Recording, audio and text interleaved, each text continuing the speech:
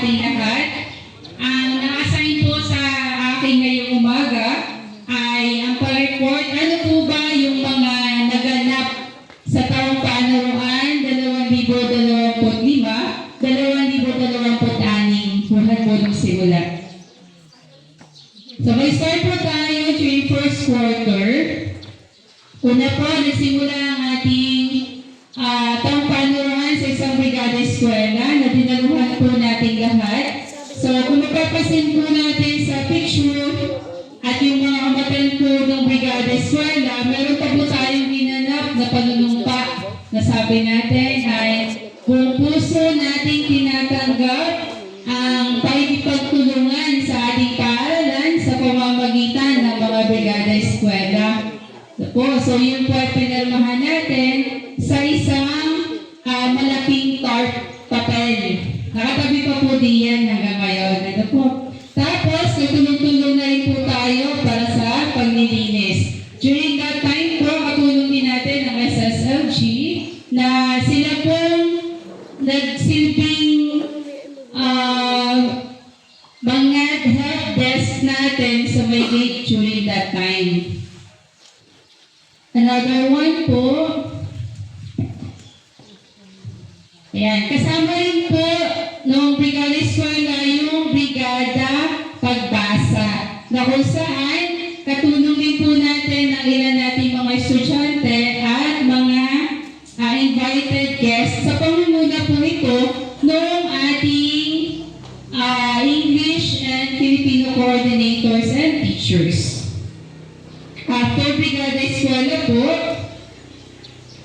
naganap naman po during first quarter ang beginning of school year na slogan ng ating SSLG President na kung saan inilihad niya po doon kung ano ba yung mga magiging activities ng ating mga bata sa loob ng isang taon, sa loob po ng isang buong panuruan.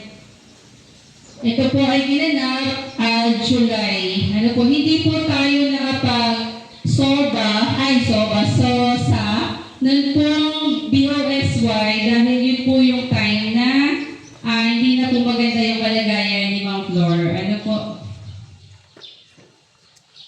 Then, by July po, first quarter pa rin, ang ating po mga estudyante sa pangunguna ng YEX Club and advisors, ginanap po natin ang Nutrition Month Celebration. Kita po ba yung picture?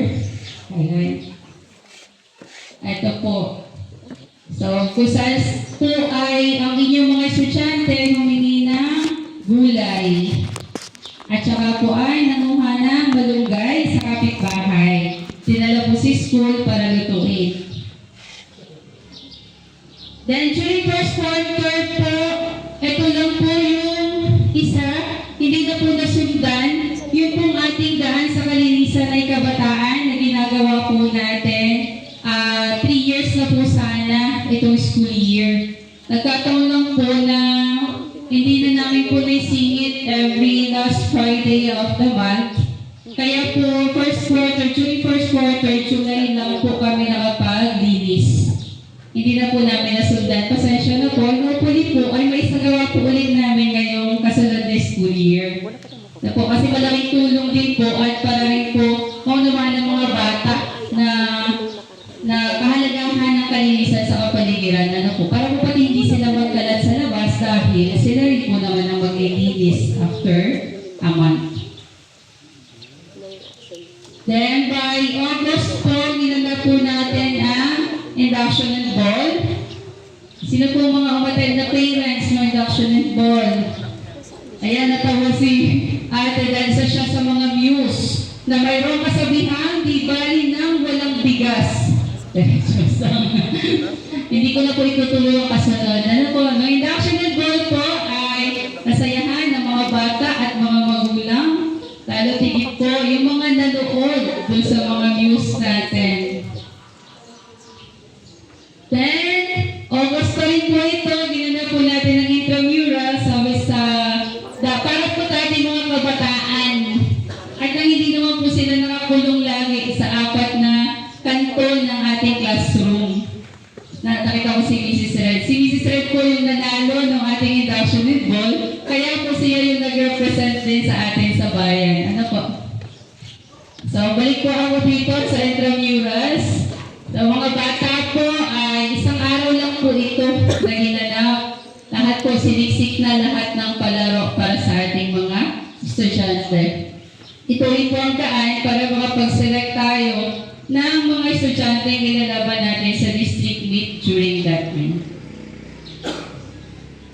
Ito po pahuling bahagi ng buwan ng Agosto, ang buwan ng wika, sa pangunguna naman po ng ating language club at sa kanilang mga advisors. Kasama po Filipino at English teachers. By second quarter, Teachers Day celebration po na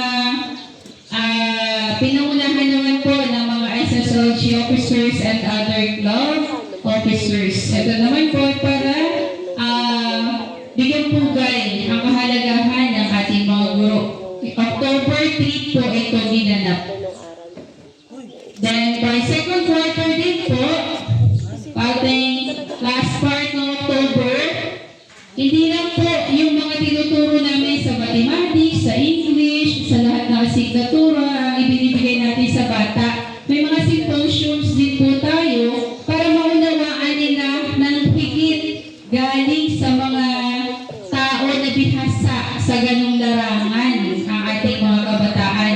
Ang una pong symposium na ginanap natin ay ang Ligtas Lindol. Ito po ay sa pangunguna ng ating DRRM and RCYC clubs, as well as the science clubs, YESCO clubs, and advisors.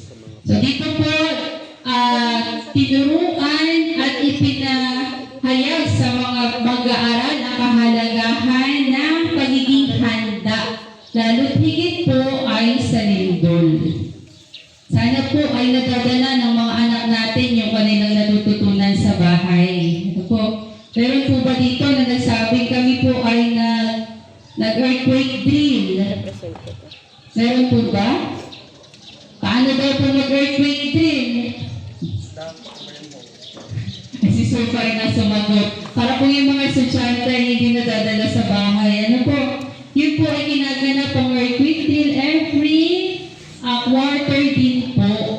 4 na beses po sa loob ng isang taong panuruan ginaganap ng mga kabataan ng earthquake drill bilang paghahanda sa mga sakuna or kalamidad lalo higit ay lindol. Sa third quarter po, pagpasok po ng October, November rather, nagsagawa po ang ating language club po ulit na reading month at ang EP club ng United Nations Celebration. So dito po pinakita ng ating mga anak at mag-aaral ang kanilang mga talento pagdating po sa pagbabasa.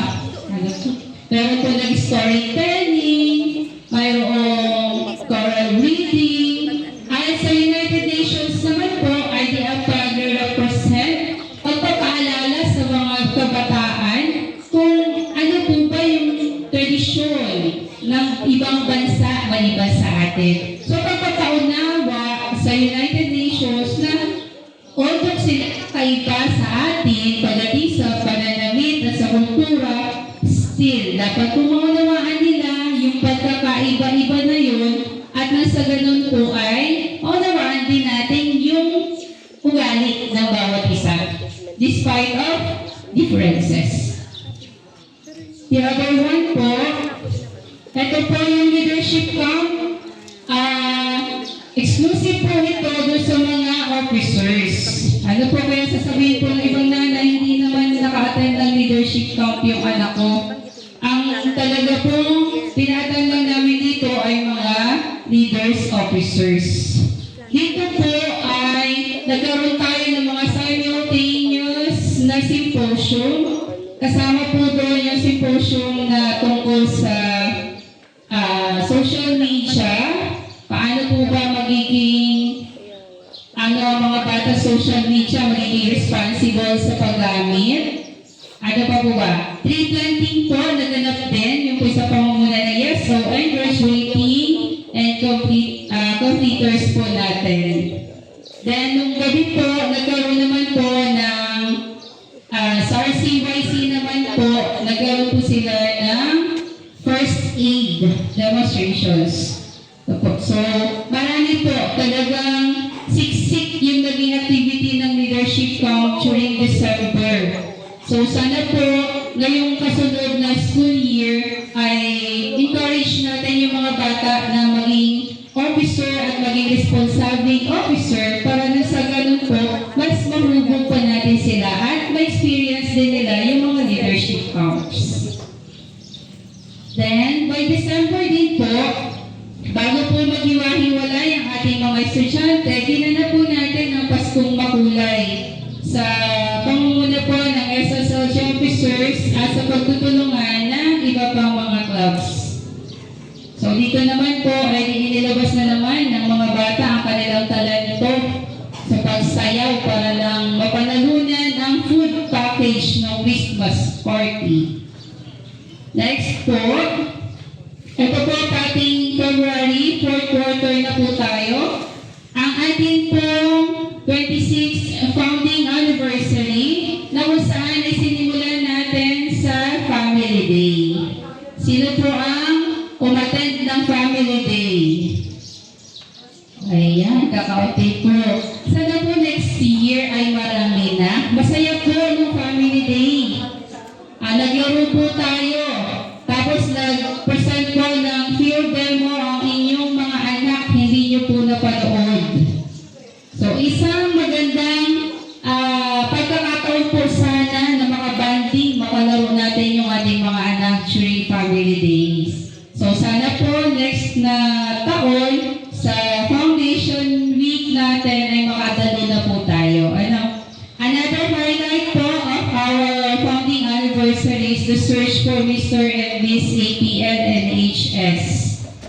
So dito po naman ay nagpamalas ng kagandahan ang ating mga kandidata at ang kanilang pagrampa. Ang ating pong nalikom dito ay, kung mapapansin niyo po ay nandiyan na, napagawa na po natin diyan po sa harapan. Yung pong gate mismo, kita niyo po ba yun, yung pagbabago na yan? Maganda po ano? Lalo na po, pag mabubuo yan, mga dalawang search pa po. During the founding anniversary po, kasi long week yun, Webes po sinagawa naman, February 12 at 13, ang math fair. Dito naman po ay nagtagisan ng galing sa matematika ang ating mga estudyante. Tandaan po, hindi lang po yung galing sa numero. Isinama po namin sa math fair yung galing sa Rubik's Cube, yung mabilis magkwenta ang isip ng mga basic na numbers, magaling magdama, yung po magagaling magdama sa bahay, napapakinabangan po. Kasi sila po ay may numero lang na gagamitin, tapos isusolve lang nila ng konti. Yung po mga nagsusolve ng puzzle. So pag sinabi pong math fair, hindi lang po yung mga magagaling sa classroom sa math ang kasali. Lahat po ng estudyante ay kasali dito. The other one po, nung hapon po ng 13, ay tinuruan naman po namin lumandi ng konti. Joke lang po yun ha. Tinuruan po namin na tinuruan kami ng inyong mga anak na muling mabuhay ang pag-ibig sa aming mga puso.